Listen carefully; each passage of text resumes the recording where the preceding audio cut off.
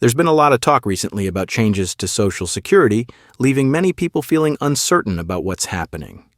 A lot of questions have come up, and it's important that everyone is on the same page. So let's take a moment to break things down and understand the situation. Here's where things currently stand. The Social Security Fairness Act has officially made its way to President Joe Biden's desk. This milestone was reached last Friday after the bill passed in the Senate earlier this month with overwhelming bipartisan support.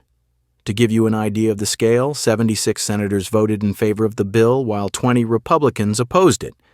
Now, the big question on everyone's mind is, has President Biden signed it into law? The short answer is no, not yet.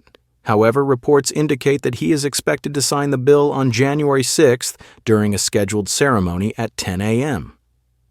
That said, the White House has yet to release an official public statement confirming this timeline. While the outlook seems promising, we'll have to wait and see how it unfolds. So, what is the Social Security Fairness Act all about?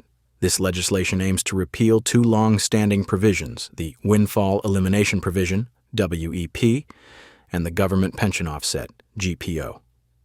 These provisions currently reduce Social Security benefits for approximately 2.8 million people, particularly individuals such as teachers, firefighters, police officers, and other government workers who receive pensions but did not pay into Social Security through payroll taxes. If signed into law, the act would remove these penalties and significantly increase benefits for the affected individuals and their families. To be clear, this isn't about giving everyone on Social Security a boost in their benefits. Instead, it's about restoring fairness for a small group of people, less than 1% of all Social Security beneficiaries, who have been unfairly penalized for decades.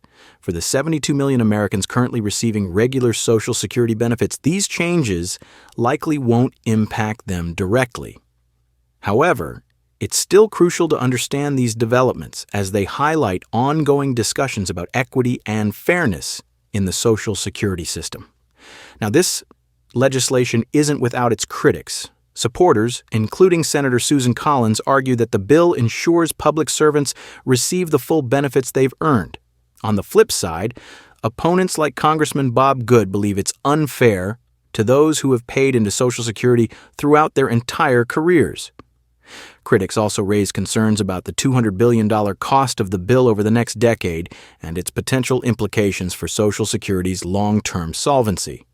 These are valid points, especially considering projections that the Social Security Trust Fund could face insolvency within the next decade. What happens next?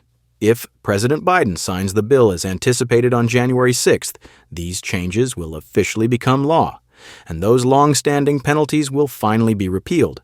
However, if he does not sign the bill, it will have to go through the next Congress, restarting the legislative process from scratch. Let's hope it doesn't come to that, as this legislation could make a meaningful difference for those who have been disadvantaged for far too long.